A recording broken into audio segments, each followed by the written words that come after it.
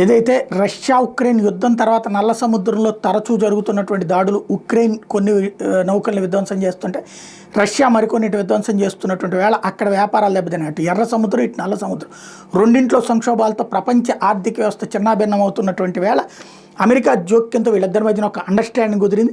Russia Ukraine మధ్య శాంతి దిశగా తొలి అడుగుపడింది.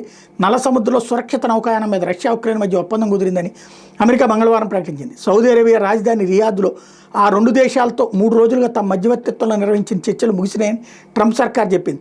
ఇందుకు సంబంధించిన 2 వేర్వేరు సంయుక్త ప్రకటనలు శ్వేత సౌధం విడుదల చేసింది.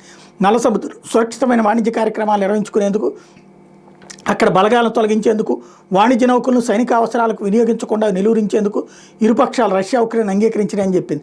ఒప్పందం పూర్తి వివరాలు బయటికి రావాల్సి ఉంది. ఇది నల్ల సముద్రం ఓడర్ రేవుల ద్వారా సురక్షితమైన రవాణాకు 2022లో కుదిరిన ఒప్పందం తరహాలో ఉంటుందని భావిస్తున్నారు. తాజా ఒప్పందం అంశం మీద రష్యా విదేశీ వ్యవహారాల మంత్రి సెర్గీ లవ్రోవ్ మంగళవారం స్పందిస్తూ ఒప్పందానికి మాస్కో సిద్ధంగా ఉందని, అయితే తమ దేశ ప్రయోజనాలకు రక్షణ ఉండాలని చెప్పారు.